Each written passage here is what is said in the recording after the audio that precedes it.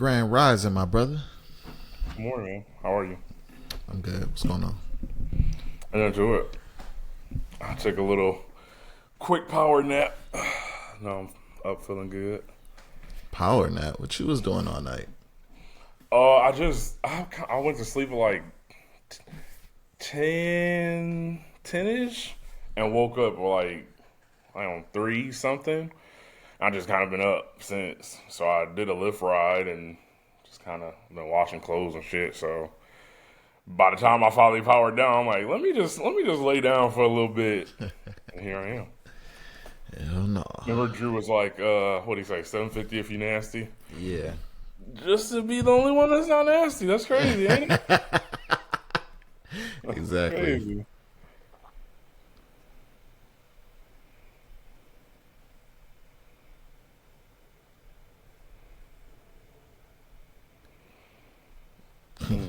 Have you seen Batman yet? Or sorry, Superman? No, I haven't seen it yet. Any interest in seeing that? Yeah, I mean, I've heard mixed reviews, but I plan on seeing it. Was it good? I thought it was good. I thought it was good, especially because of how they've been doing Superman movies in the past. Yeah. Although the last series, the most recent one with what's his name, Henry Vale, I think, or something like Yeah, that. Cavill. Yeah. Vale, yeah, like I actually like those movies better than most people did. So Right. there was a part of that I wish they continued something that I feel like the last series did, but I'll talk about it a little later. But no, I thought it was solid. But like you said, I saw some people that I actually like respect their movie opinions before Right. I saw it, and some people said they didn't enjoy it. But then I saw me and Drew's boy Malcolm. I saw him say it was like the best movie he's seen in like quite some time. I See, ain't quite, yeah, that I that's what I ain't, was. I ain't quite had that takeaway, but like, I mean, I just want to talk about it. Yeah. It was refreshing. I will say that. Okay. Well, I'll take refreshing, but that's what I was saying. Like, people is either saying like it's the worst shit they ever seen or it's the best shit they've ever seen. I was like, all right, y'all. Like, like Yeah, which one? it was definitely things I thought could have been better, and not in the past. I feel like Superman movies look cheaply made, Yeah. and that wasn't the case with this one for sure. The things I thought could be better are more so storyline, Yeah. but like the way that they capture like him flying and stuff like that actually was really good. Like I feel like it was finally one of those movies like when I say like, dang, okay, they got it right. Like that was one of the elements where it's like you legitimately thought you was watching Superman flying and they Right. looked like no low budget thing, and it was like, okay, this is a cool superhero movie. Yeah. So like that. Okay. Okay. What did you think of The Rock's movie? What was it? Black Adam. I didn't like Black Adam. I Yeah, What? I didn't enjoy that, but and it wasn't even. I just thought like I don't know. It felt a bit corny to me. Like so, Yeah. I didn't think it was shot poorly or nothing like that. Just like the dialogue and stuff like that just didn't mesh with what they had going on. So I really Yeah. didn't enjoy that as much. I think you'll like Superman. Drew, I was letting Gerard know about Superman if he had any interest in seeing the movie, and I was actually letting him know how. Well, he said he saw mixed reviews about it, and I let him know like some people I respect out there had said they didn't like it before I saw it, but then I told him how Malcolm said that it was like one of the best movies he's seen in quite some time. hmm I kind of after seeing it, I wouldn't quite say what Malcolm said, but at the same time, I liked it. So I'm like legitimately curious what you guys I've heard will think. very positive reviews about it. I have not seen it yet. Yeah. So no, I'm just looking forward to seeing when y'all do look into it, what y'all think. But no, man, how y'all doing, man? Good man. I wasn't Yeah, nasty we enough finally for got some new 750. music. So You said what? you said I what? said I wasn't nasty enough for 750. Hey, man. Saturday mornings, hey, sometimes you need a little bit more, man. Sometimes you need a little bit more. But no, Gerard, to your point, not having shit to listen to isn't a problem anymore. Mm-mm. There's been Right. a lot. Honestly, like I was telling y'all the other day, I've listened to more of what dropped last week than I have of what dropped yesterday, but no, I'm ready to get into it. I Same. did have a random Reddit I wanted to ask y'all about. Um, Stumbled upon again on Reddit, and I was up at 2 in the morning one day and saw a thread that was legitimately asking, "What's the hardest song that is thematically about snitching?" And the creator of the discussion posted, "Just heard a week ago for the first time in a few years, and don't know if anything tops it. Not including individual bars about snitching, but entire tracks on the topic. So it was Pusha T and Pharrell, Snitch was mentioned, Meet Again by Maxo Cream, Thank God for Me by Schoolboy Q, G Code by the Ghetto Boys, Obi Trice Snitch was amongst some of the songs I saw in this thread, right? But Yeah.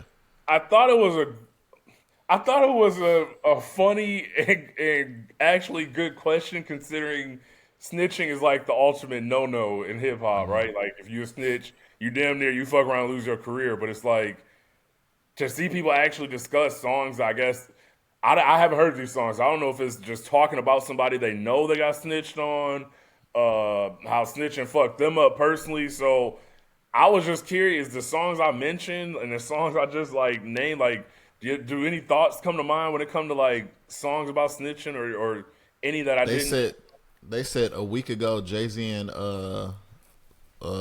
Too Short. I think it was let me see. I think it was actually with was it Scarface? I think Scarface was featured on it. Let me see. That's the Ghetto Boys one.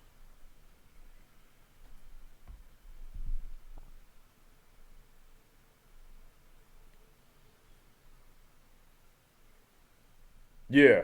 Yep. So it was Too Short and Jay Z. Yeah. Um. Yeah, I would have went with that one because that song is like the premise is about you was hustling with somebody and then they get caught and then they start snitching. So that's what a week ago is about. But Okay. nah, snitch with Pusha T and Pharrell. That's the toughest snitch record I've heard. Like, and it's real. It's about Hmm. real stuff that happened to them. So yeah, that's tough. Drew, have you heard the song by Obi Trice Snitch? Yeah, it's him and Yeah. Akon. That's a good song. Okay. So how does that one stack against the other songs? Or is there any other? I think the Pusha T one is probably the best one, like Gerard said. I can't Okay. really think off top, honestly. I'd have to. Let me get back to you in a week. I'll give you a top five. Okay. Yeah, Well, that was because just so I vaguely remember G Code by the Ghetto Boys, but I Hmm. can't like yeah. it's a little before our And I time. know the Schoolboy Q song, but I don't know. That wouldn't Nah, necessarily be. Yeah, I wouldn't call that a snitch song, but I understand what they're saying. Like, but yeah, Snitch by Pusha T is the one. So For sure. Well, just wanted to throw that out there as a little random, make you think, see if there's anything else out there that, or any song out there that y'all may have thought of when it comes to the topic. That's like, no, when it comes to this topic, like you say, it was up there. So, one thing that I took away with listening to a couple videos, and then I kept thinking of when I was listening to the Clipse album that we'll get into in a little bit, was that I honestly don't think certain people understand or appreciate how the game has kind of shifted back to lyrics. And I feel like when we were talking about the beef and one thing that it would do in a positive note, like the attention to detail that people pay with the music now, and I don't know, it feels like we've gotten away from like the TikTok and like we need to hit like some yeah, catchy like damn near what do they call it? ADD. Like you hear yeah, 1 minute, like you focus on something next, and it feels like there's substance again. And when you're really passionate about music and you know a lot of the stuff that we talk about when it comes to good and bad albums, it's like and listening to Sci the Prince, and he was discussing his thoughts on the beef. And basically, he said, if you can't rap since then, you basically got to sit on the sideline.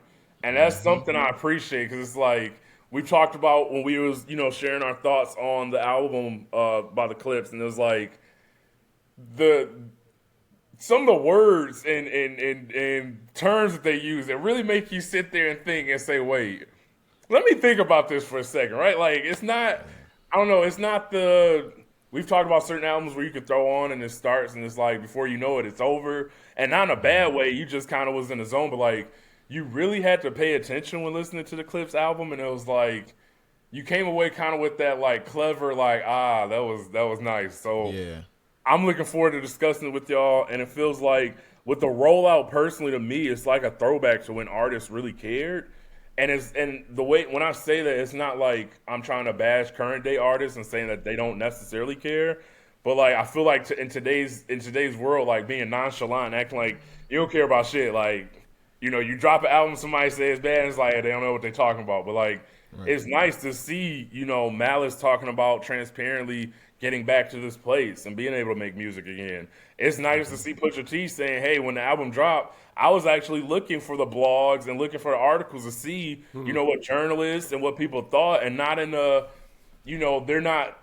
I don't know. It just feels like artists in the current times like are so defensive and feel like because of how negative social media can be and whatnot, like." Everybody has to act like, hey, what I'm dropping, I don't care, what you think about it, because at the end of the day, I care. And it's like, no, it's refreshing to hear artists say, hey, we want to know if y'all actually liked it. Like, we Right. took our time, and we're very confident in the product that we dropped, so we want to see what y'all actually think. And I feel like there's just something about that is really cool, because that hasn't been the norm lately, but it feels like this could be almost like a new beginning. We're like, okay, let's take this shit seriously again. So It's funny you say that because then you have a complete 180 with that Jack Boys 2 album, and it's just a bunch of nonsense. Like, and that's kind of the contrast. And even with, I actually listened to Justin Bieber's album, right? And like, I saw at one point he posted like basically bashing the Clipse album, saying, "Hey, fuck, what they doing? Like, my album is the best album out." And on one hand, it's like I get trying to turn people into your music or whatnot, but he took like those dudes is angry and mad, and like my music is like fun, and it's like, bro, like. A part of me is like, that shit is corny as fuck, but at the same time, Yeah. it's like, remember we talked about these old MTV shows? Like, that used to be the music industry. Like, yo, like, all the, like, cool shit. Like, nah, like, I'm a bash this person, say, nah, go get my album. Or when we talk about 50 and Kanye, like, having the competition, like, Yeah. it was something about that I liked. But at the same time, it was also like, Justin, chill out, bro. Like, that, like, you don't want none of And that. and it was unnecessary because if Justin would have did the same rollout that the Clipse did, he probably would have had a better reception for his album. Because I heard it was good, but the first listen I had of it, it was kind of boring. So I'm gonna have to go back to it and listen to it. But if he would have did the same thing, he could have had like his own people go and listen to his album instead of just going up there and doing negative shit. Like, because then you got people that's just listening to your album because they want to hate on the Clipse, and that shit didn't work. So Yeah. people No, still kept talking about the Clipse album. Like, so to your point, I actually do have feedback. I listened to the Bieber album, and I do feel like if he would have took, like you said, a similar strategy the Clipse had, I think it could have for sure been a better album. I don't necessarily think it was bad, but like, I don't know, it could have definitely been more structured. So yeah. if y'all are cool with it, I was just gonna go through quickly the Did You Knows, and then we just gonna get right to the Clipse album. So hell yeah. without further ado, the Clipse, Let God Sort 'Em Out, expected to sell 113,000 the first week and debut at number 4 on the Billboard's charts. It would actually be their second top 10 album on Billboard. So shout out to them, man. It's great to see that. I think actually earlier in the week I saw the expectation was 97,000. So to see that they, almost got 20,000 more on top of that, that's pretty dope.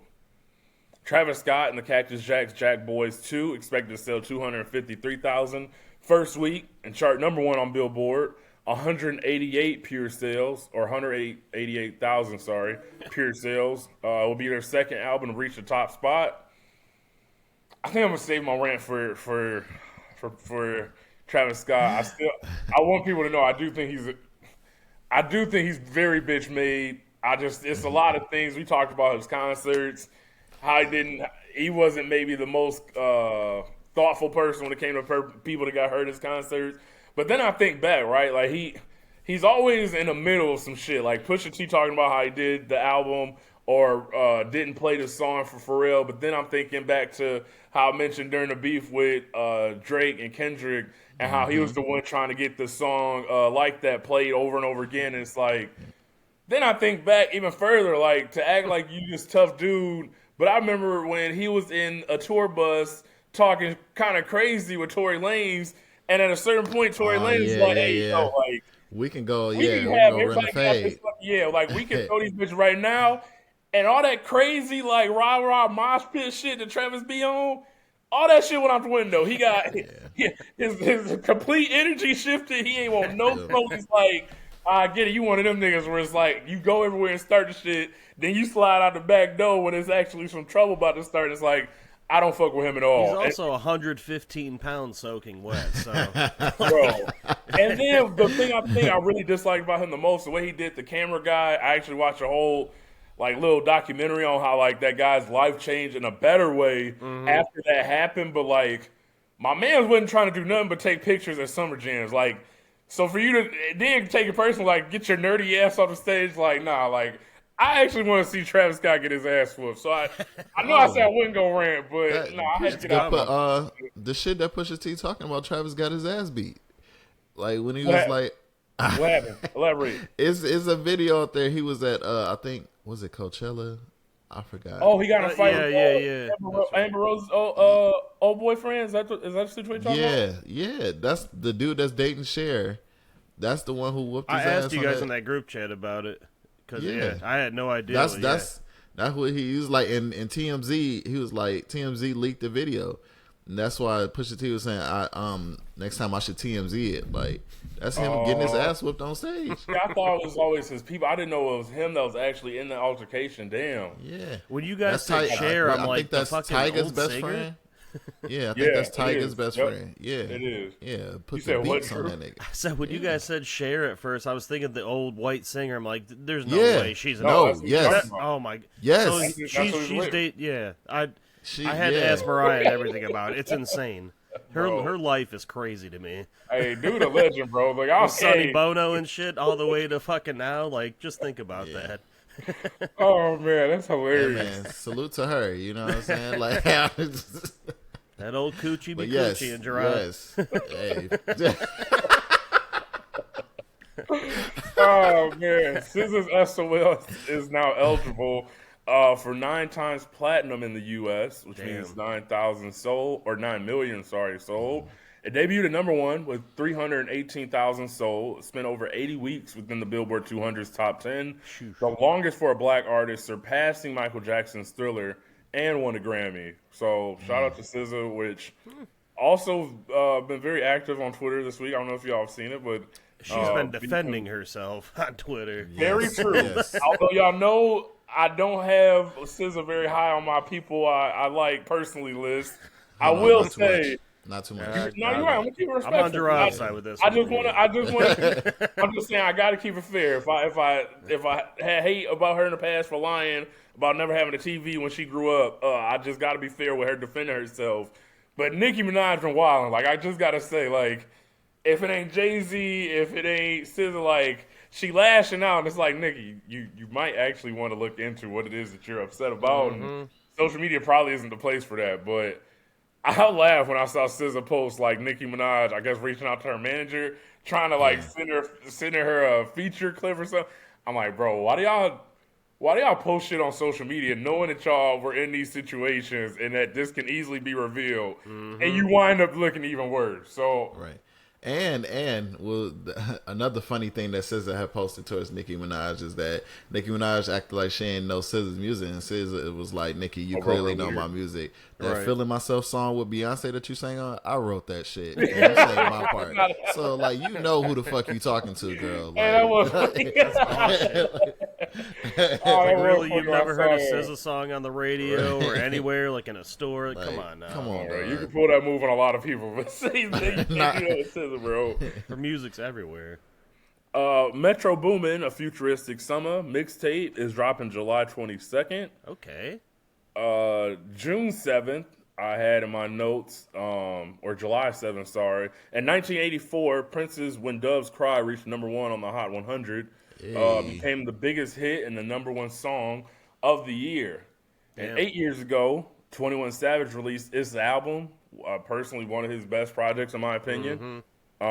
Speaking of Superman again, James Gunn's Superman opened with 217 million worldwide. The budget was 225 million, so I think it's safe to say I'm sure they broke it after this weekend. very successful. An interesting detail about another movie, the movie F1, is that they sold 40 million in sponsorships for their fictional team. Wow. Expensify's CEO called it one of the best brand placement opportunities ever. That's crazy. And the company hit a multi-year high on Google Trends the week of its release. So I will say, if you watch that movie, and I will say again, I thoroughly enjoyed that movie. But now that I think about it, the movie did feel so real, where it felt like you were at times watching a live like sporting event. So the fact that some of these companies were smart enough to like put a patch on the jersey, like thinking now, I am thinking like the jerseys or the suits that they had on was fly as hell. So like, damn, that's something, man. You get paid the big bucks when you can think of an idea like that. Yeah, I don't know if y'all remember when I was a kid, they used to buy racer jackets all the time. I feel like that should come back in style. No, I remember there was like a red NASCAR one that people used to have at one point. I thought was super The Dale cool. Earnhart one, wasn't? Yeah, like The no, Dale that Earnhardt fly one, as hell. and with the 3 on it, yeah, that was fire. But also the Eminem one, I forgot what driver that was. Yeah. That Eminem one was cold. Was that Earnhardt Jr.? No, I know Jeff Gordon used he to was have Budweiser. a cold. Yeah, 3 on. Damn. I want to say I think it was Hardrick, but I'm not sure. But You know yeah, what? that Google can answer that. While you're looking for that, Drew, the last note that I have here is, what does it take to write and produce one of the most secretive shows in the world? Kyle Busch. Bush. Ooh, Okay, Kyle Busch. That's a good catch. yeah. The WWE Unreal debuts on July 29th on Netflix, and they dropped a documentary yesterday, and it looks incredible. They show you some like real behind the scenes stuff when it comes to the actual story making elements and like all the people involved with bringing the stories together. But it looks like they're going to discuss like some of the surprises that they've done, like when John Cena turned heel was one of the clips that they had, and like behind the scenes stuff with like Rhea Ripley and other things I saw, but like actual injuries and going into detail about like, oh, who was it? Seth Rollins actually recently was doing like a flip and really fucked up, like not grossly, but like injured his knee to the point where like he did the move and landed and like immediately like reacted to a point where like it was like, oh, he actually injured his shit. So I think they're going to actually have to change the storyline, and forgive me anybody out there that intensely watches wrestling. I just saw the injury in a clip, and then I saw another clip of him saying that he's going to be out a while. So that made me think of this documentary. But like, no, like we always talk about, you know, the sacrifices these guys make and the very real injuries they have at times. So I think that'd be a dope documentary to get into. So I'm actually excited for it. It's like their version of quarterbacks, pretty much. Yeah, exactly that. And with it being on Netflix, I'm sure it'll be very similar. So Yeah, that's that's dope. exactly a great comparison. It's all fake though, so the injuries are fake. You know? I just can't stand people who just still don't believe that. Dude, that's funny you mentioned that because I just was reading how Goldberg was getting heat for yeah. not apologizing for literally cracking like a Charles referee's Robinson. ribs. Yeah. Yeah, Charles Robinson was like Yeah. one of the most popular refs. Like gave him a spear and literally like fucked his ribs up. And Bret the Hitman Hart, for those that don't know, like he hates Gold. Like they will have beef like until the end of the time. So They hate each other? Oh, yeah, for years. Oh, I didn't know that. Like, legit, anytime he does an interview, if you ask him about Goldberg, like It's so funny. he will start like, and you know, like Bret Hart is like chill, cool, bro. Yeah. He is one of those guys that like he immediately will start shitting on him. Literally, so I mentioned him because the referee getting hurt. Bret Hart was like, "What did I tell you guys? Like anybody in the ring, he's like the vendor man selling beer in the stands. His health is at risk anytime that Goldberg's in the ring." But like Goldberg was brought back for like a retirement match, and like because he kept complaining about he never got a send off, right? WWE brings him back, does a send off match, he doesn't win, and he gets in the ring, he thanks his family and friends, right? But then he basically goes on a press run himself and starts like shitting on how he feels like a lot of stuff was done wrong, X, Y, and Z, and it's like, bro, like I try to stay objective, but I find it hard to believe there's a lot of wrestlers that never got a moment like that. Yeah. They went out their way to do that for him, and for him to complain afterwards, bro, it's like, and he motherfucking injured people, and like he didn't even thank Gunther, who's like one of the most popular wrestlers right now, for like basically leading the fucking match. Like Goldberg ain't in great shape, didn't thank him at all, and it's like, bro, it just seems like it's hard to believe he's not one of those guys that's just like You know what bothers me with him? He doesn't understand this about himself, is that his prime was WCW, and he was only brought in so he could counter Stone Cold on that program. That's the only reason. So like WWE doesn't owe him shit. Like they brought him in when they went under and gave him a career still after that. So fuck him, man. He's weird. His bag work was trash. Yeah, I told my boys I was big into WCW that they wasn't fucking with WWF. Like, come on, bro. So no, the jackhammer he did looked awesome. I will give him that. It was picture perfect, but that was the only thing he had. Like it was almost like watching a Steven Seagal movie when I used to watch his wrestlers back in the day. Like nobody could lay a hand on him. They could use their finisher, bro. And Goldberg was up before they was up, finishing their fucking moves. Like, hold on, bro. You were part of that Hulk Hogan tree where it was like, bro, you really nah. Like, I could go on and on. So I'm telling you, man, watch those old WCW matches. They're stale as shit. They don't do any high flying moves like they had Rey Mysterio and Chris Jericho. I was gonna say, I will give them credit. The only ones. They did have Rey. They did. It was a couple people that came over that was cold, and it was like, oh, they can wrestle. Like Chris Benoit, Eddie Guerrero, like they whole crew, like they was fire in the ring. So I will give them credit, but again, guys like Scott Hall, Kevin Nash, Hulk Hogan, like started in WWF, then went to WCW, then came back to WWF. So it's like, who do they technically belong to when it comes to like who gets the credit? But no, like I said, wanted to get through those real quick, fellas. So let's get into what we've listened to, watched, or played. Let's just get right to it, man. Clips. Let guys sort them out. I wrote in my notes, literally, they did everything correctly. Like Brian, our boy, said in his tweet, like the way Pharrell talked about how they polish, this shit, and you hear it with every listen, like, bro, they're both extremely intelligent. It's something about their loyalty too, despite them being brothers. It's like, bro, I just love how locked in they are. The bars still revealing themselves. Like you can listen time again. You'll catch a line or a quote, and it's like, hold up. Or Gerard, like you shared, like, wait, this is another bar about Jim Jones that y'all probably didn't know. And it's like, damn, like, bro, it's the gift that keeps on giving. That one, that was really good. Like, I'm not gonna hold you. That was really good. I'm like, damn, that was layered as fuck. I totally missed that shit. Like, so I'm like, yeah. Bro, until Drew said the first song was actually like, or I don't know which one. I think it was one of you. I thought it was Drew. It could have been Gerard, but when y'all said like it was actually them talking about their parents in the first song. Yeah, the first song. It's the Pusha T's verse is his last conversation with his mom, and Malice is the last conversation with his dad. And when I found that out, it changed the whole song. So I listened to it once, maybe twice, and then you said that. I didn't know that beforehand. Went back and listened. It's like, dog, like, man, that just. But I will say, I always give Maul. I was listening to clips of his review of the album. I will say, I bash him a lot, but he said how it was really hard to kind of bounce back, but in like a joking way of like, damn, like you start the album off like that, and then you get into the second song, but it's like, I'm still fucking crying. Like, I got to still get myself together after listening to what y'all was talking about. So, no, I want to hear your guys' thoughts. Gerard, you had actually mentioned how with this rollout, Rock Nation valued the artist in this situation. I was going to start actually by asking if you wouldn't mind elaborating on what you meant by that. I like so that. A lot of these record labels, like when they sign you, you already have your core audience and you do all the marketing and pushing yourself. So like when Def Jam and the Clipse parted ways, and Steve and Victor, who's Pusha T's manager, reached out to Jay and was like, "Listen, the Clipse are free agents. We got this album. They would love to work with you." And Jay got it done in 24 hours.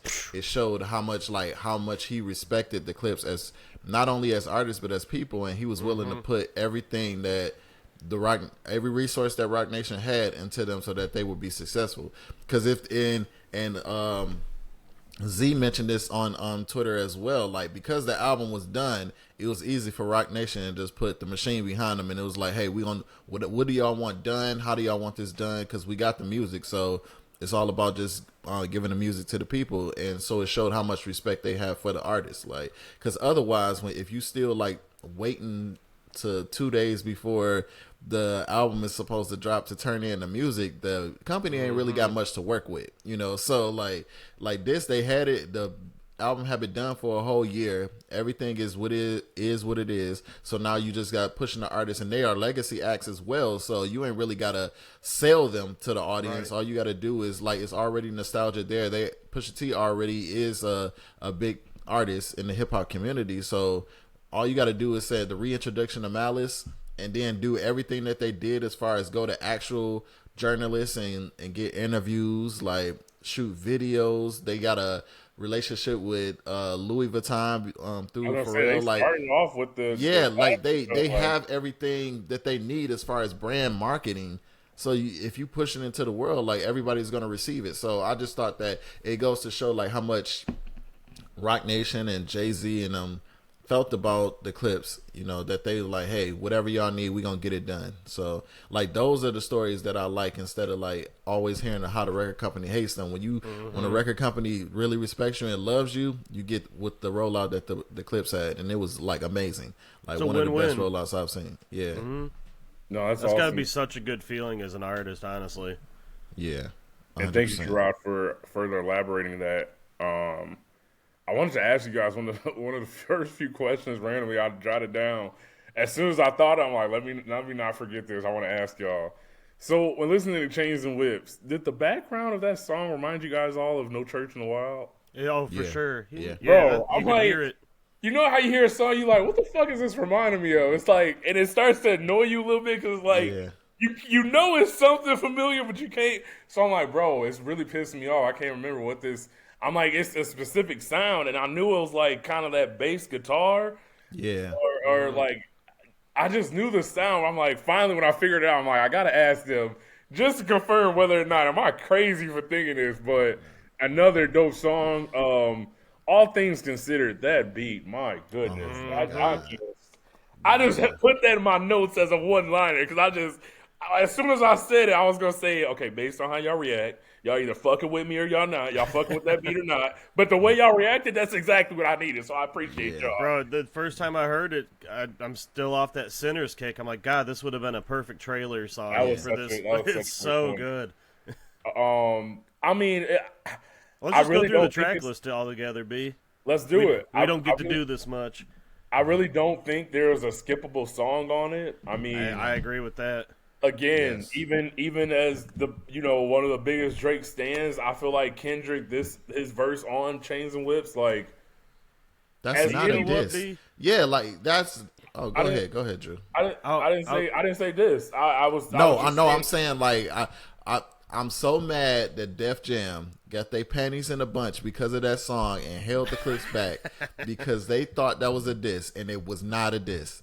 Like, I will say the first line, I do think I could have definitely heard that, and I do think it is kind of like it may not necessarily be a diss, but I do think it's directly about how their overall situation went. Like, the way he kind of phrased some of those lyrics, I definitely was like, I could see why Def Jam was like, nah, we don't even want to step into that. But not to the point where they would like block the song altogether. Yeah. But at the same time, I just came away listening to that song, and I thought that you thought that I thought that. I was saying like that was a diss. No. I was saying like, even as a Drake stan and loyal fan, like that, I came away like literally like, damn, as many memorable songs, whether it's The Controller or any other one, like, bro, that's probably one of his best features I've heard. It's right up there, and every time I listen to it, it gets better and better. But it was a moment in listening to it where you're like, I'm gonna be real. I'm like, bro, it's certain people born to do exactly what they're doing, and when you hear the way he's rapping, it's like, bro, like you can tell it don't take that much effort for him to do a verse like that. But at the same time, as amazing as it is, it's like, bro, it's very few people in the world that can rap like this. Like, I'm just gonna be real. Like, you hear it and it's like, the way he changes his tempo, the way he can go into his serious mode, it's like, damn, did he really just say that? Was that a triple entendre? And it's like, bro, you want to say the way he can rhyme and use different words just for the word gen, which he did in that second half of that verse, Gen, Gene, Jenga, like he could just that's mastered wordplay to me. And the clips were amazing on the song. Oh yeah. But the way like it's like when you watching the game and Brian just be like, hey, you know what? It's that time, y'all. I got to show y'all why can't nobody else do fourth quarter, y'all.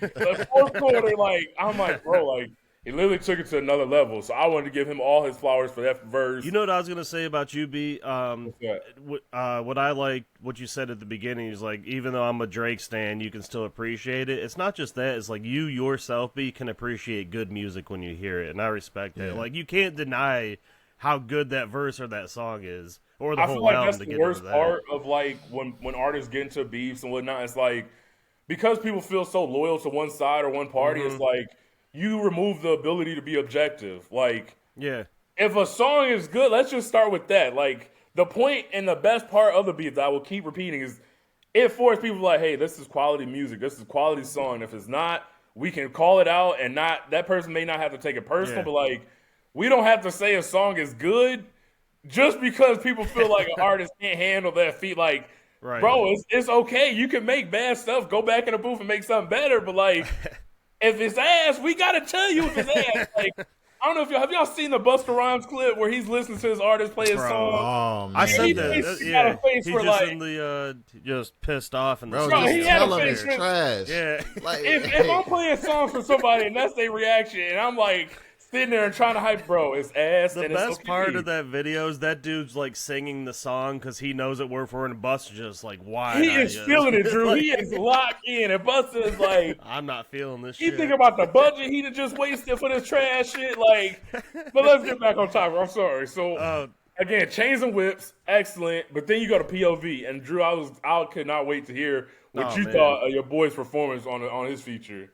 Something about Tyler, man, in the past, you know, we've given him his flowers since I have since Flower Boy now, but like, bro, he took it to another level, and just right after Kendrick did it on the song Chains and Whips, he did it right here on POV and stole the whole goddamn show with just how much he's matured as an artist and like how comfortable he is to hop on a track with vets like this and hold his own. Like, yeah, you can't say enough about Tyler these days. And to think Push didn't want to put POV on the album. So bro, I wonder why. Almost didn't make it because he didn't like his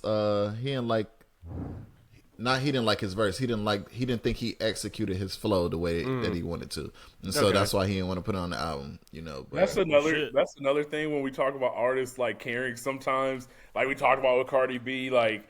An artist can be too much in their head or too critical of themselves where they constantly reaching for that perfection. It's like, bro, this is arguably one of the best songs on the album. So it is the best song, right? Well, not that too. The chorus is super catchy, and that's all him. Yeah. Like, and then the beat switch up at the end with Malice. Top notch. Bro, yeah. As incredible, and we've given Pusha T his flowers quite a while on this show. But I would be lying if the main takeaway from this album is like, wow, like when it comes to Malice, like, you know, we've known what Pusha T can do, and even still, he continues to improve. Why have you been hiding all this time, bud? Like, that's like, my thing. Like, it was, and I told you guys, like, there's certain songs where I'm like, bro, who is? It wasn't until y'all mentioned, and Dave, by the way, shout out to our boy Dave, mentioned like it's the content because they voiced so. To me, it's other people that say they can tell the difference. A lot of songs, there's some song I cannot tell the difference between Malice and Pusha T until I lock into what are they talking about and knowing that Malice doesn't curse. And when you hear the old heads talk about certain hip hop artists like Rakim who didn't curse or sorry, I forget the other artist's name I was about to mention, but it almost adds another layer, you know, to like the amount of skill you have to get your point across without using those words, like, it's just another challenge to be like, again, there's only a handful of people, and when we break it down to the basic form, it's poetry, right? How can you express yourself and also get a person to pay attention and stay along while you paint this story, right? Like, and to do that without any curse words, bro, if I was to ever try to make a rap myself, I don't know how I could go that entire time and not put one cut. No, bro, like, Malice is incredible. And, like, you start off, again, the transparency, discussing grief, and then, you know, getting the details about their lives. And, man, like, I really love how Malice just breaks down how he almost had to, like, be kind to himself and allow him to feed into some of his God-given abilities of rapping and telling stories. Like, bro, it's incredible. So, after PO, just to add to that, like, about Malice getting back on here, and just You know, because I have family members that's in ministry too, and Malice is still saying like, you know, Jesus is his end all be all, and he's still like in ministry, and you know, him saying that he's been both Mason Bethers, that means the superstar rapper and the pastor. Like he still believes in that, but now that he feels like his vehicle in ministry is through hip hop, he feel like he can reach. The point of Christianity is to touch as many souls as possible to tell them about the works of Jesus Christ, right? And so like he's doing that through his music. Like I can still touch souls through this music. This is my ministry. This is my vehicle. I don't have to get on the stage and preach every day. When I go to these interviews, I can tell y'all about the love of Jesus Christ. When I through my music, I can tell you about the love of Jesus Christ. You know, and I think he can save souls that way. And I think that's what his father reassured him. It's like there's not one way to skin a egg, I mean, to skin a potato, you know what I'm saying? Like there's other ways to do this. Like, so I feel like that's what he figured out. And I think his dad just gave him the energy to move forward. So I thought that was dope. And seeing him in these interviews still preaching the word of God, I'm like, that's dope. Like that's an example. Like I can, look at him and be like, yeah, that's fire. Cause like we have all these examples of people doing things the traditional way. Now we seeing Malice making great music and still preaching the word of God through this music, and it's still like, and it doesn't feel preachy. It doesn't feel like it's overbearing. It still feels like the cool unk, you know what I'm saying, giving you some game, you know what I'm saying, telling you about what he went through, and now like putting over some cool rap. So I thought that was dope. Like, and I think that's something a lot of people could look to as an example. So he had me looking up Bible verses with the John 10, oh yeah, that's my usual. I had to look it up. And then when you look it up, you're like, oh, shit, that's a bar. That's such a bar. That was fire. Yeah, that was fire. It's like that for a long time. There's been, thank you for that, Gerard. There's been this point of like, I don't know, if you believe in God, could you really enjoy hip-hop? And if you enjoy hip-hop, like, do you feel like is it conflicting with that lifestyle? But like you said, I mean, whether it's DMX, Mace, like, I just think Malice is another example of like, it's okay to enjoy both. Like at the end of the day, it's entertainment, and I feel like that's the biggest thing, right? And it's all the memes. That was my favorite part. The memes where you say they're saying, this is a representation of where the drug dealers pay their tithes, and praise the Lord and pray. Like I feel like that's one of the greatest things I didn't even think of when it comes to this album is how much certain people that may not believe or go to church, but want to improve their situations or enjoy rap, or may be in the streets and feel like they don't want to continue to do so. And like, they can listen to this album, turn to the Bible and give up that lifestyle. Or if they're a younger person, may not have any direction, but I've given lift rides in the past few weeks. One kid was 20 and used to do music, but stopped. And I asked him like, why'd you stop? And he was honestly like, I don't know. I just started with school and I just kind of got away from it. I'm like, man, I don't know if you believe in divine timing, but I'm like, I feel like this ride, because he scheduled ahead. So I picked it up and he was a cool guy. And we was talking about music. I'm like, bro, I feel like this ride was nothing more than a reminder, like, to get back to it, like, one way or another. And he said how he actually transitioned from doing music, but then he started to study religion and got into Christianity. And I'm like, bro, like, if you can make lyrics and speak to some of that, like, that's a market that continues to grow, like Christian hip hop. So like, maybe you could get into that and do both, both worlds. But like, I continue to give these rides. I gave another ride to your point, Gerard. And again, you said connecting with the word. I gave a ride to a man that was in his 70s, I believe, and talked about how he's been clean, I think, for like 13 years. Used to be in the music industry and was talking about the stylistics and old groups like that, and was talking about how he wants to actually become a drug counselor, I believe. And was just talking about, and when we were talking about everything, I mentioned it because I was saying how I feel like he's meant to do what he's doing because he's been through it. So when he's encouraging other people that, may have been addicted at one point to speak to somebody that's gotten through it and is so positive in the way that he is, I'm like, bro, you have to make that happen. So again, encouraging him, but like, we always forget how a big part of music is to encourage people to either feel better or to be inspired to create something for the better. So I said all that to say, man, that's the biggest takeaway from the Clipse album for me is like, bro, like, they're in their 50s and arguably doing this shit as good as all these young artists we're seeing in today's game that's considered at the top. Like, they really care about it. Like you said, the fact that they got it done and we weren't having any delays, any last minute tracks added as deluxe. Like, no, like they were confident in their shit, and you could tell just by the way they're moving with everything. So, bro, I cannot say enough positive things about this album, man. I think we're on So Be It, if I'm not mistaken, right? My favorite beat on the album. Go ahead, man. What do you think about the song overall?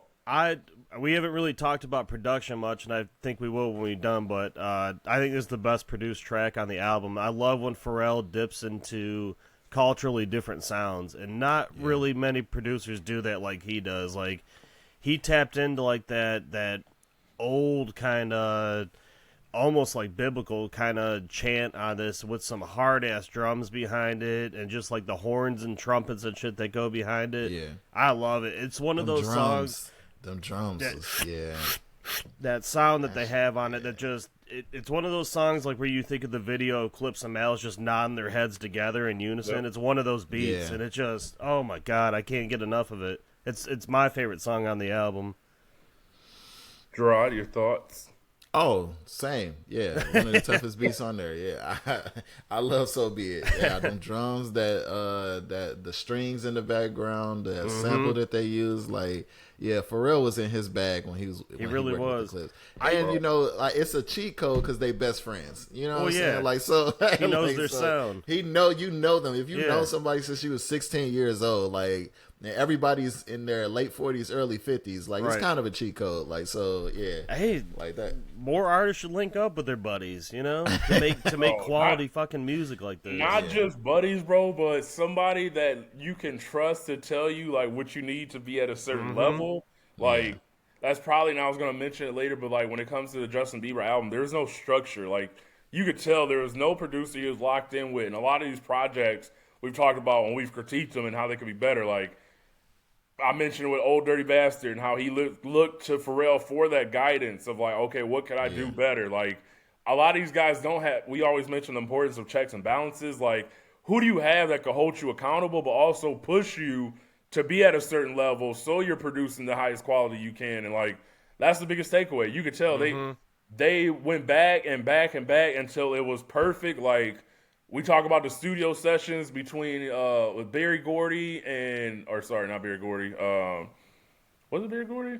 Michael Jackson and Quincy Jones. Sorry. Yeah. And how they would lock in and like literally like master and perfect these songs. So it just, that's the biggest takeaway you have listening to this album. It's like, you know, they were locked in, literally locked in. So it's incredible. And that's what they said too. They was like, they went in and they smoothed the shit out of that. Like, it was just them three in the studio, just going back. Like I said, if it's a person that, you know, we all know each other's parents, we went to the same school, we grew up in the same neighborhood since 16 years old. Like, you have to respect that when I'm looking at you and I'm talking to you, that we only gonna tell the truth to one another. Like, it's nothing, you can't hide nothing from me. Like, you can't put up a facade. Like, Pharrell can go somewhere else and they got a respect for us, Pharrell, but he can't go to the Clipse and do that. Like, they respect his artistry, but it's like, we know you, dog, so you can't like, and he knows them, so he knows what's best for them as well. So 100%. I think, like,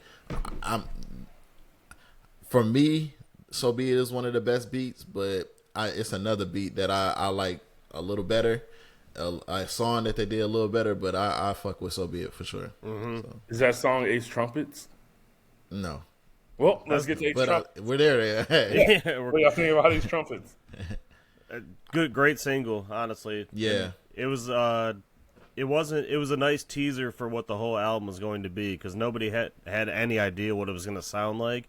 And it all sounds good together. I love it. No, I agree with that, man. All things considered. Another amazing beat. No, that beat is... That beat's so tough, dog. Right? And it's like, it's nostalgic. It's smooth. Come on, bro. Yes, it's nostalgic. Like, it feels like early 2000s when you listen to All Things Considered. Like, you listening to like an old, like, Mace record or something like that. So, yeah. Pharrell's choruses were perfect on this album too. Yeah. Bro, like, he sounded really good. You forget, as good as he is a producer, when also he could drop some vocals at certain times, like, it's perfectly made for the beats that he makes. It's like, The fact that you can make a beat and be like, hey, I'm gonna hop on and throw on some vocals too, and that should be fire too. Like, it's not a lot of people that can do that. It's almost unfair. Mike Tyson blow to the face. So, bro, thank you. Because I was sitting there, I'm like, wait, I know it's Mike Tyson, but thoughts on that song? And another one of those songs that makes your head nod, like So Be It to me. It's just, I can't say enough about this album, man. Like, it's just... You know what that song remind me of, Drew? Mike Tyson blows to the face reminds me of Who Shot Ya by Biggie. Okay. Yeah. So, like, if you play them, like, back to each other, like, yeah. I gotta play it. Yeah, I can picture it. Yeah. So, but yeah, that's tough too. I would say Mike Tyson blow to the face is probably one of my favorite beats. So, you know, I just listened to the intro again, and with rapping on acapella until the beat drops, like, that just gives you like, it's like you just get hyped, like it's almost like you get ready for a game or something. And the beat drop, like, because once the beat drops, it's in perfect unison with the verse. You already got that build up, and it's just all right. Let's get going now. How many times y'all think that was that specific beginning was redid or perfected to where it's like you said, Drew, like perfectly on point. Like, I'm sure they worked with it to its perfection. Bro, oh my goodness. Yeah. All right, Gerard, I need you again. It's called so they only use the acronym in the song EBITDA, but it means earnings before interest, taxes, depreciation, and amortization. It's the financial metric used to assess a country's profitability and operating performance. So, come on, man. That's more education. Keep that in mind when you listening to the So this is back to what you said, B. Like, where it's like rappers' vocabulary and reading helps like shape the how the song attacks, right? So it's a song about making money, right? Essentially, to strip it all down, it's a song about getting money, but you do it in another way where it's like you understand a different level on what it means. Nah, we not just getting money. Like, we getting a different type of money where these taxes, even when the taxes take away, we still bringing in cash, dog. Like, so, like, that's the shit I'm talking about. Like, and me and Kira was talking about that shit. It's like, they say shit in there that's so, like, grandiose that it was like they ain't really saying something too much different from the young boys, but they say it in such a like grandiose way. It's like, god damn, like that's tough, bro. Like, so oh man, thank you for that. Drew, thoughts on the song?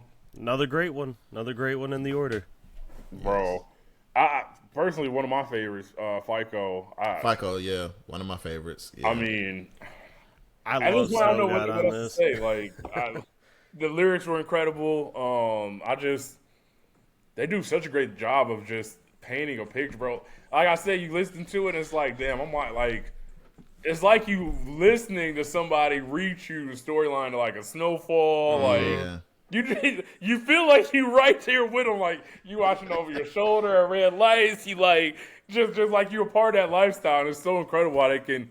I don't know. It's just an underrated gift to make somebody feel like whatever it is that you're expressing, and they can follow along right with you, man. FICO is Malice's best verse, and it's probably the best verse on this whole album. I agree with that. Yeah, and shout out to Stove God. I was gonna say there's two parts on this album. There's this song and there's another we'll get to that I've just had the choruses stuck in my head for days. But just every day in my head was, you don't know what I know. Just you ain't been where I go. No, just Stove God, man. I wish he had a verse. I'm not gonna lie, but he was perfect. He said on the when chorus. the Fetty's so strong, you gotta whip it one eye closed. Nigga talking about Fetty Wap, dog. That shit's crazy. Like, bro, that shit was. I heard somebody else say that, Drew. I think it was Maul again from Rory and Maul. I think he did say when you see his name, you're fully expecting a verse. So that was one of the only critiques he has, the fact that he did not have a verse on the actual I will song. say, besides the Kendrick and Tyler verses on this album, with every feature on here, they really are just the choruses, and they really let Push and Malice shine. Like, they don't really take away from the whole song, besides the first two. But, yeah, I love that one. Inglourious Bastards. It's great to hear Ab Liva again. Yes, that's really what I was about to say. Yeah, really good to hear Ab Liva. That made my soul smile to hear him. He sounded good too on it. He sounded incredible too. Yeah. I was gonna say I don't know if B knew this, but he was part of Clipse tried to start a little group back in the day, the Re-Up Gang. It didn't really pan out like the way people thought. Like it was Ab Liva. It was it Homeboy Sandman? Wasn't he part of it for a minute? Sandman, yep. And then was it Roscoe P. Cold Chain? I don't know if he was officially part of it. I don't know if Roscoe was officially a part of Re-Up Gang, but he used to rap with them a lot. He was I think on he a was bunch just of their signed tracks. to Star Trek. Yeah. Okay. Yeah. Yeah. So yeah, back in the day, they all started up this little group, all five. Well, I guess four with Roscoe on the side. Yeah, but they tried to start their own thing. It didn't really pan out. They had a mixtape that didn't really one gain of the classic numbers. mixtapes. We got it for cheap. Yeah, that is true. And then they were all over the Hell Hath No Fury here and there, and just never really heard from them again. And so now when you're hearing this and you see Ab Live, you're like, oh shit, it's been years since I heard him. What he's been up to? Fire. Fit perfectly, like he never left.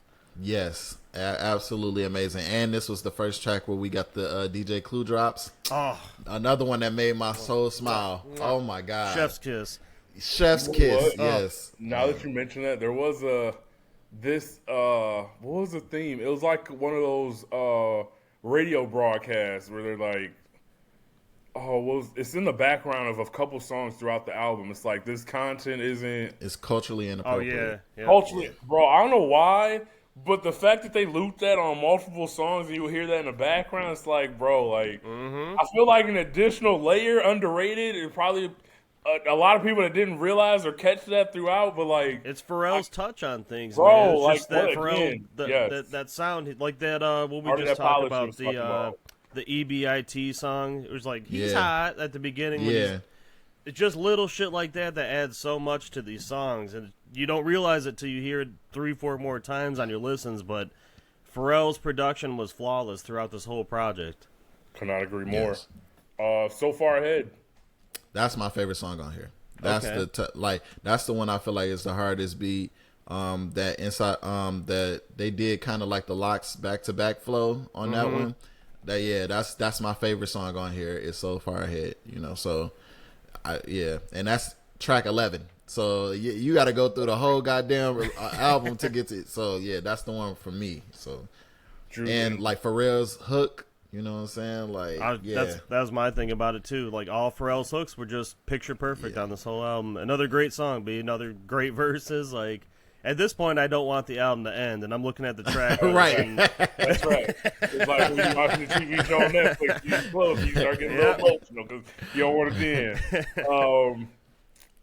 What are we on? Let God Sort Them Out, Chandelier. Yep. So personally, I know we talked about, I think Kendrick had the best overall feature verse on the album. Tyler, the Creator, was right there with them. But the song that I probably went back and replayed the most was Let God Sort Them Out, mainly because of the switch up with Chandeliers when Nas' verse starts. Again, I heard Maul say that he felt like this was Rory actually said he felt like the verse was forced. I don't know if I agreed with that too a little. I don't know if I would say I think it was forced, but I loved hearing Nas talk his shit, and I just felt like it was another very strong verse. Mm-hmm. I don't really have necessarily bad things about it. When I hear people say they felt like it was forced, so with you saying you agree with it, Drew, I just would like to hear kind of what... It was my only gripe on the album, and it just felt like when the beat switched, and then you see the switch that the song is called Two Things, it just makes it feel like it's its own thing. Like, I wish Nas would have rapped on that actual beat before. Yeah. I just wish the beat was maybe stripped down for him at that part. Like, they take away something little, and it's still the same beat. It just sounds a little different. It's the only part of the album too where I feel like they didn't work together on it, and it was just kind of placed in there. It's not a bad gripe.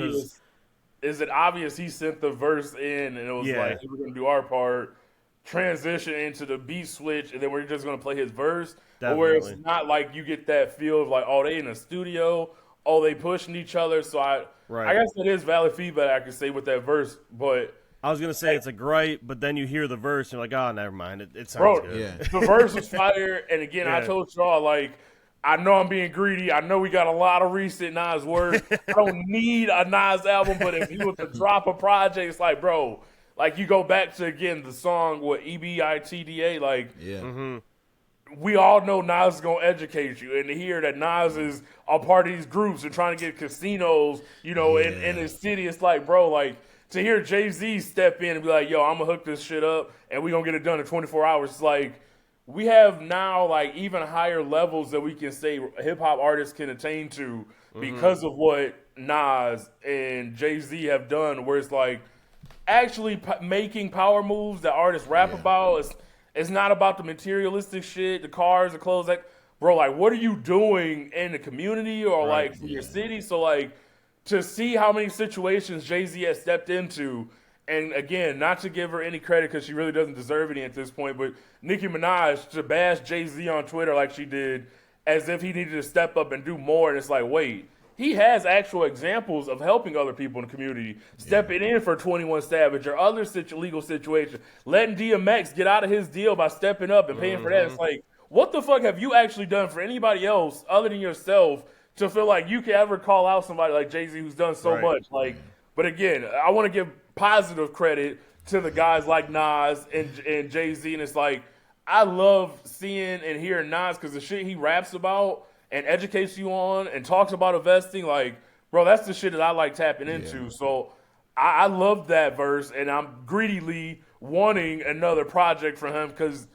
I feel like discovering Nas on amazing beats is like, I have that appreciation for Nas that the old hip-hop heads had back in the day, because I couldn't connect with it sometimes because the beat, it's like, it wasn't doing enough for me. But now you put a nice beat and his lyric content, it's like, bro, and he just has, again, another person that was born to do exactly what they're doing. So, I just love that he loves the rap still. So do Clipse, obviously, and so a lot of these vets that and not just love to do it, Drew, but like Pharrell, like still highly skilled and not washed in any way, bro. Exactly. Like we'll get to that in a bit when we talk about Raekwon's album. But one of my favorite lines in the past few years that Nas had is just his hunger for music still, and like just that competition.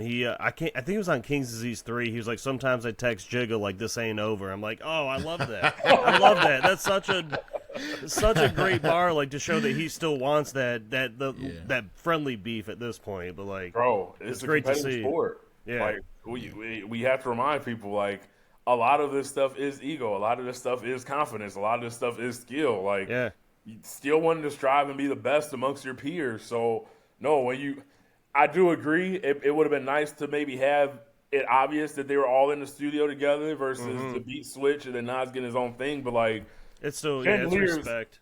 It's one of my favorite parts of the album. So, like, I think it's dope that the Clipse was able to secure this verse and just bring it all together. So, I thought it was a wondrul surprise. You know what I'm saying? Like, the song is almost over, then the beat flips, and then you hear Nas's voice. But I wish Nas would have rapped on Ibita. I think that would have fit him a little better.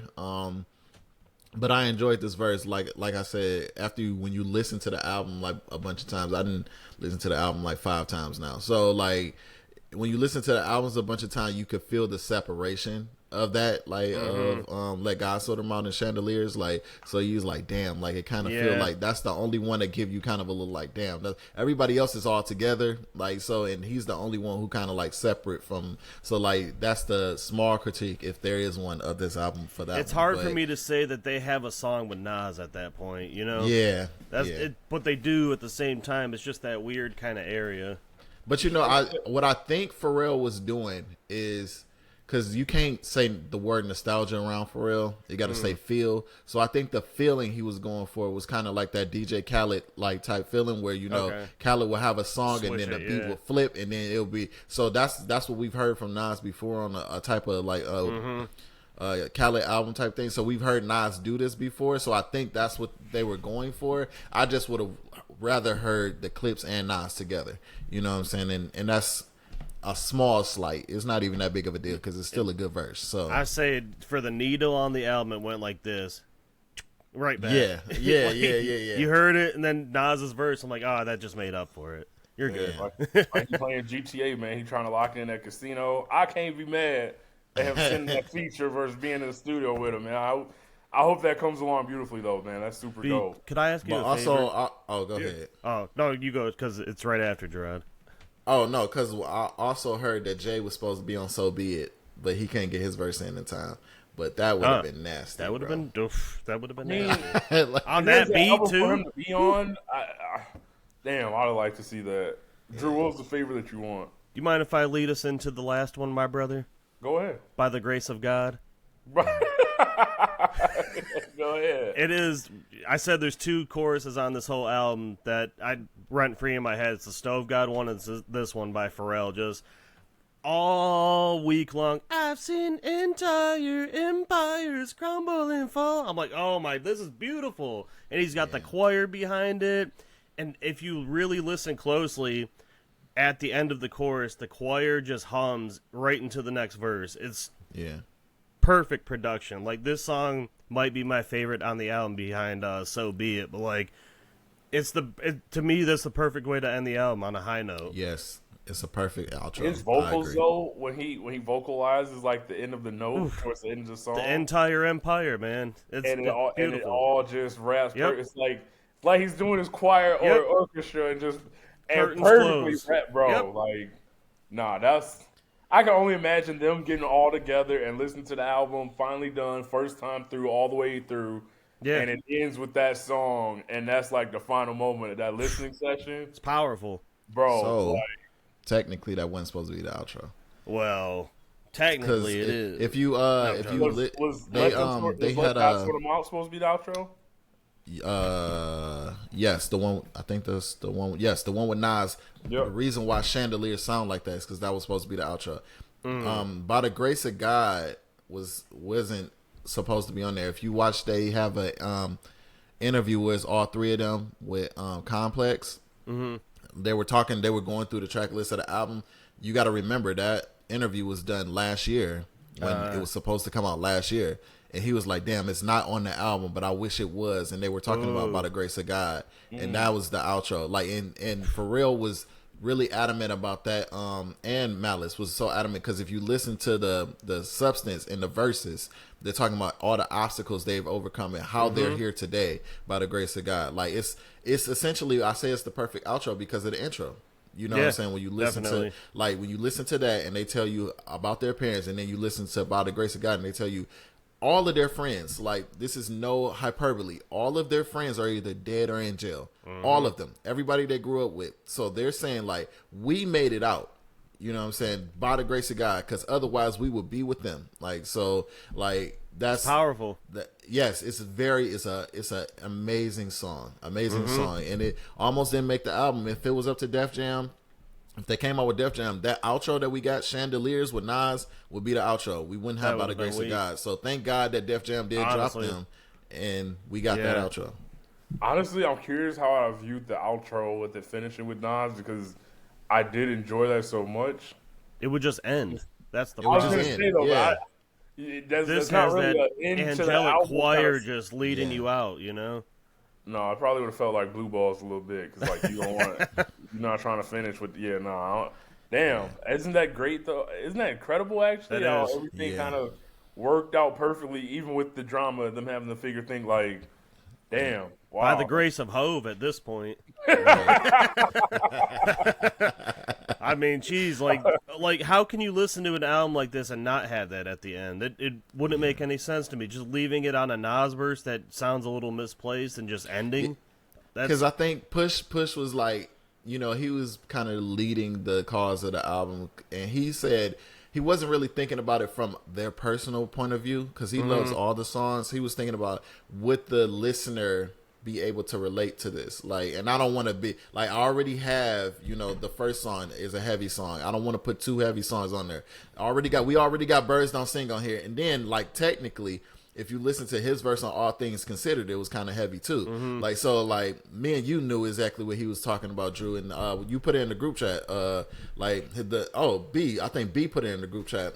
Push's verse, his wife struggling with fertility issues and All Things Considered. So you got two heavy things. He was like, damn, I don't know if we should put this at the end too. Like we about to make niggas cry all through the album. Hey. So like I think he was overthinking it a little bit. So he was the one who was like, I don't know. And then since they had more time to think on it, they went ahead and put that on there. But that made it, honestly, that made it a perfect album for me. It really did. Like, yeah, so perfect track length, perfect length of the actual like runtime. It's phenomenal, man. 13 songs, 41 minutes total. Closing thoughts on the album. I'm just going to keep it simple. I find it hard for any album to top this for the rest of the year. When we consider our top 10s coming up, like the amount of detail with this album and the amount of thoughtfulness and just the way they went on the rollout, like it's just going to be hard to top that overall. So again, I don't have any skippable on the album. I don't have any critique. Even the critique most had when it comes to Nas, that was actually my favorite part. So I think there's one of the rare occasions I give an album a 10. I think it's something that future albums should definitely strive for in all facets. But I want to hear y'all thoughts. How do you guys want to, I guess, give the following? You want to go or me, Gerard? It's easily a 10 for me. Easily a 10. Like. It was a lot of things about this album, and I'm not the same age as these dudes, but a lot of my older cousins and some uncles are around the age of these dudes, so I understood exactly how they view life. Like I understand exactly how they see things. It was a lot of things I related to. On Birds, that was saying I lost a mother and a father, so I understood both sides of that coin. Like they both were speaking specifically to me, like about last conversations, like Push's last conversation with his mom is similar to the last conversation I had with my mom. Malice's last conversation with his dad is similar to the last conversation I had with my dad. So like that, I got chills on that, Gerard. Yeah, with when he talked about like combing through his dad's like belongings. Yeah, like, ugh. Yeah, and said I love my two boys. Like that was tough. Like, you know what I'm saying. So like listening to that song and you can put yourself in the same shoes as them, and then like going through everything like. We talked about this like separately, but like how they just like kind of put the Clipse as coke rappers. This album does not like box them in as coke rappers. Like you see them talking from a point of view of reminiscing like on the things that they did before, but it also shows their maturity and growth as we're fathers. In Malice's case, he's a grandfather. I still can rap my ass off. I still love God, you know what I'm saying? Like, I love my brother, you know what I'm saying? And we gonna show y'all, like, we still better than most of these rappers out here. That, to me, I love that shit, you know what I'm saying? Going throughout the whole album, talking about real life experiences, like, this is one of the best albums I've heard in a long time. So it's a 10, like, for me, 100%. Like, and probably, like you said, it's gonna be hard for me not to put it as the top album when we do our top 10 at the end of the year. So like it's some tough competition. Like if you listen to this Clipse album, it should be the canvas of how you want to make a perfect album. Like that, this is what that is for me. So agreed. This one brought up a lot of I guess we'll say feels instead of nostalgia if we're talking with Pharrell. It brought up going back to their first album. We got to talk about the Tiny Desk because that really solidified what this album was. It made me feel nostalgic for Hell Hath No Fury. I texted Gerard about that. I said I'm getting those kind of vibes again.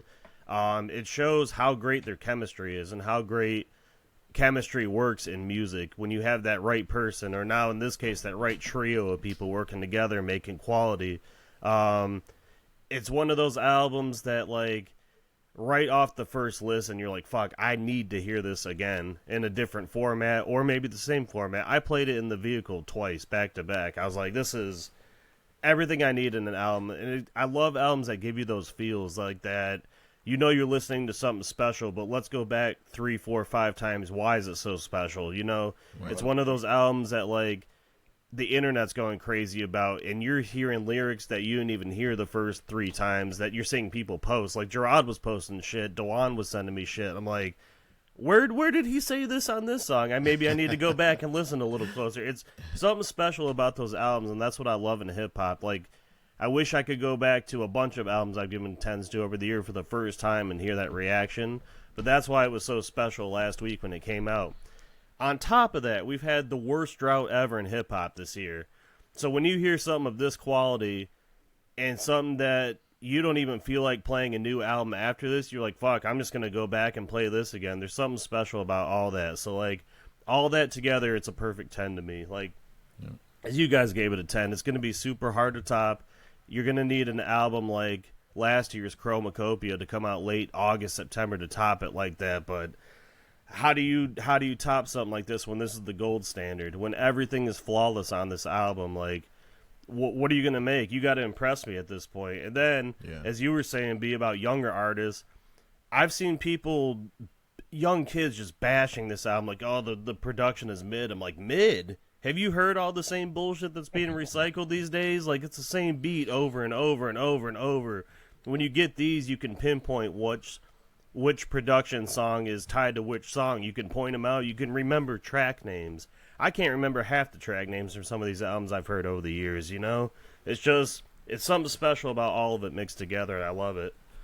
Yeah. You mentioned the drought we've been on, and it reminds me of I'm big into the animal documentaries that, you know, in the desert, they're waiting on some type of rain. Here we go, Gerard. All the animals you see, it finally starts to rain, and you see the whale, all the animals. Mm-hmm. These motherfuckers be chasing each other all the time. Well, all of a sudden, you see animals of all kind, all throughout the food chain, all at the well, drinking together after starving for so long. So I feel like that's us hip-hop fans, man. Like, they provided what we needed. We able to finally enjoy why we love the music so much. So, I have nothing but positive things to say, and I'm just glad they kind of started things off for us. So, if you guys are okay with it, I just was going to go through the other projects I've listened to. Yeah.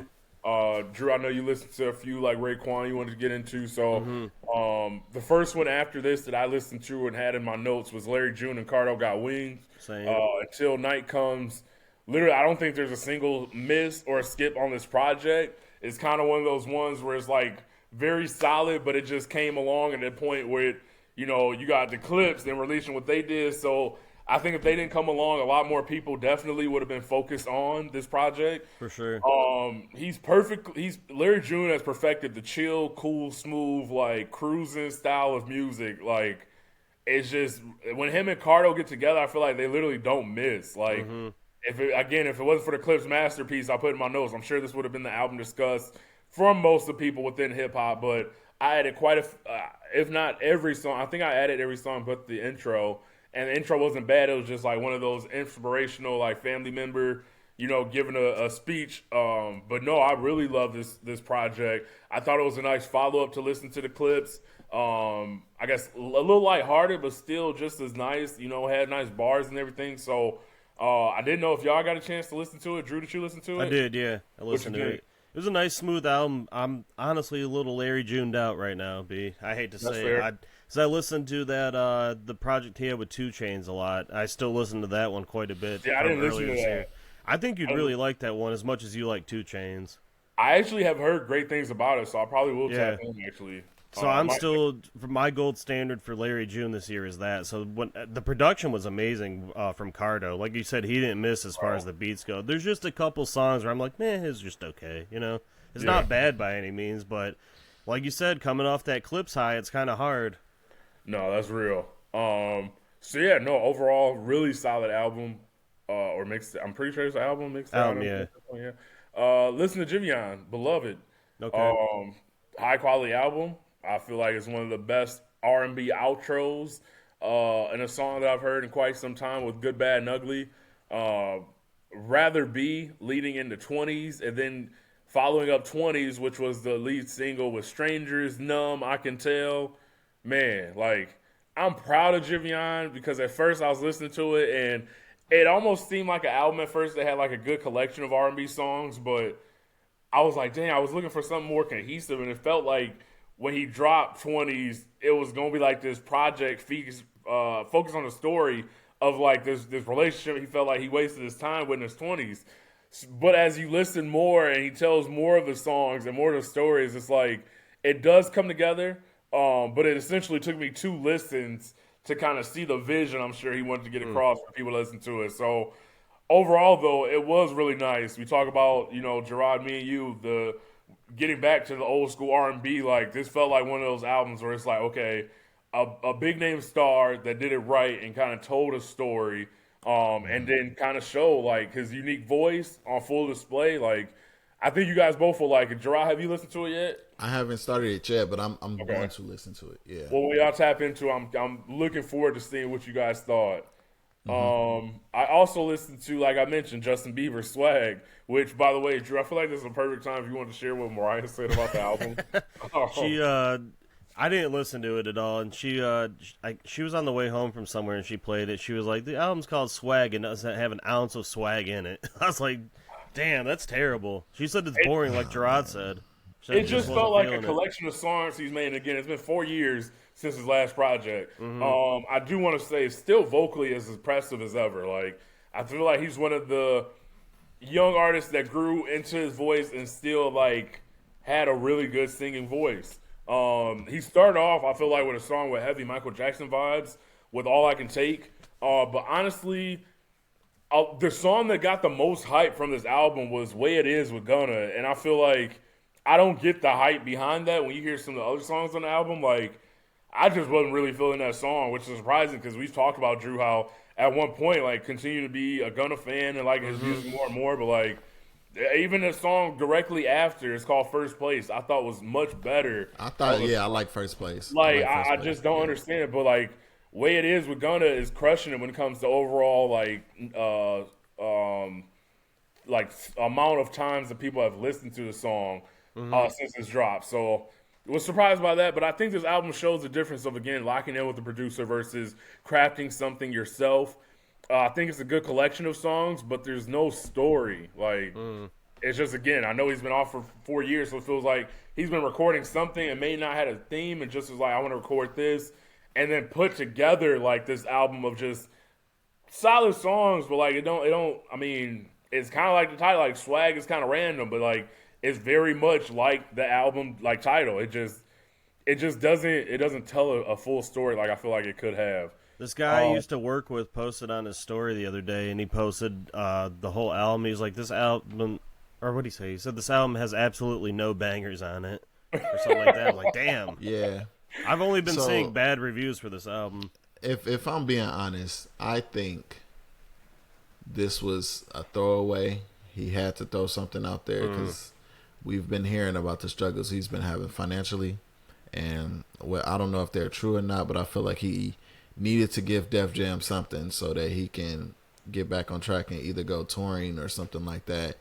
Because just listening to, like I said, I'm going to have to listen to it again with a clean mind because I listened to it right after the Clipse album, and I was bored. Like, I'm like, bro, there's no way. Like, after all the Justin Bieber albums we've listened to, you've never heard a Justin Bieber album been bored. Like, so, like, I'm not understanding what's going on here. So I'll listen to it again with a clean mind and see if I can piece some shit together. But I came away with the same kind of feeling that B had. Like, it was not cohesive.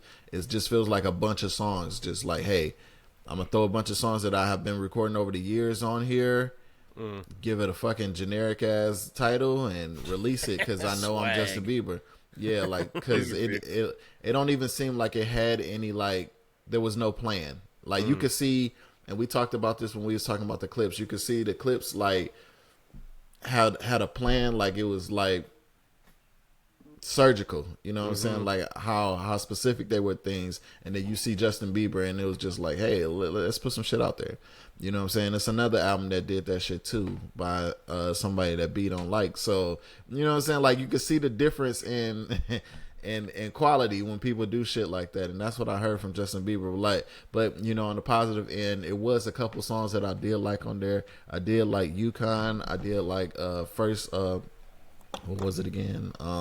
First Place. And this another one I can't remember. I'll have to listen to it again. But those two stuck out for sure. And yeah. I added, and he still sound good. He can sing, but you know, that's the thing. Like, yeah, like I think he very much has potential, and I actually have something to the point that you mentioned. But the songs I added was All I Can Take, Daisy's, Things You Do, First Place, Walking Away, Devotion with Dijon, Sweet Spot featuring Sexy Red, which was crazy. Half the album. Bro, Sweet Spot was not good, dog. I don't know. Sweet Spot, that beat, dog, that shit cracked. I just found it a funny song, so I added it for sure. 405 and Too Long. But to your point, Gerard, the homie Brian tweeted out, Justin Bieber signed his first record deal with Def Jam in 2008. 17 years later, he's still with the label, but now on his terms. Swag is the first LP of his career released under a licensing deal. For the first time, Bieber owns his masters and has full creative control. So in my opinion, I think that this could have been a test to see what his fans like. Basically, like I said, it's not cohesive, like you said, Gerard. So throw out a lot of stuff, right? That makes sense then. See what songs. I mean, again, the Gunna song getting the most streams and shit is just wild to me. But again, see what his fans like, and then determine his direction. So it very well much could have been a throwaway kind of album, Gerard, to your point.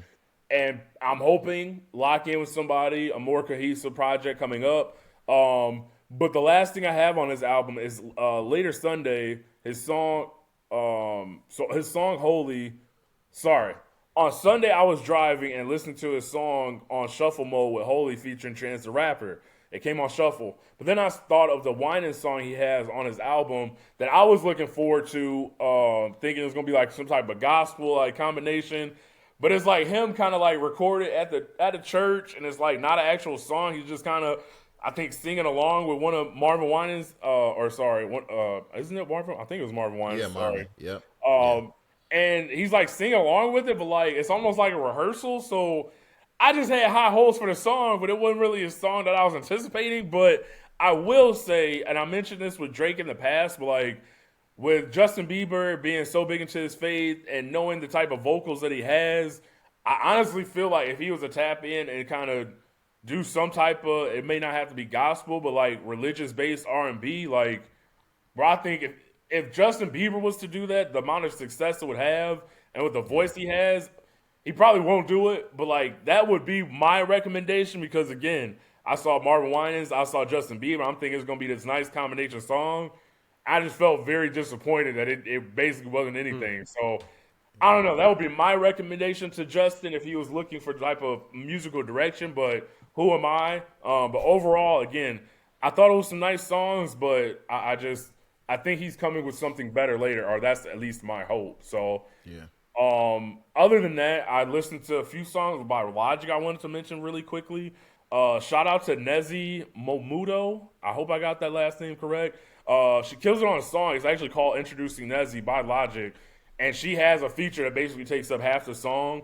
Incredible female artist. Bars I think you guys will love. But also stumbled upon the song that I added at Once Upon a Time and don't even remember. It's called Obediently Yours by Logic, and it came on shuffle mode. But the song actually samples audio from a 1940s radio broadcast by Orson Welles, the famous director from back in the day. So specifically, it's his sign-off from an episode of his show called The Orson Welles Commentaries, but it discusses the beating and blinding of Isaac Woodard, a black World War II veteran by police officer. But it's a speech, man, where it's like, and he has a very profound voice, but the stuff that he talks about is very relevant to today, but also very motivating. It's probably one of the most moving or uplifting speeches you can hear. So it's a 6-minute song, 6-minute clip. I encourage anybody that hasn't listened to or never heard of that song to check it out. Let me know what you think if you actually do check into it. But just wanted to shout out Logic because all the slander I give him for the the corny shit we always talk about is like, I wanted to make sure I gave him some credit for a couple songs that kind of inspired me this week. So I was just going to say that song, I just looked it up, is on that Vinyl Days album, which was in my top 5 in 2022. You should listen to that album, B. It's really I'm pretty good. sure. I don't know if I listened to that album in full, but a good chunk of it. I think I did listen to certain portions because to add that song specifically like that, I don't know would have made me listen or add that without listening to that album. So, gotcha. But no, I'm pretty sure I listened to it. And no, I was a fan.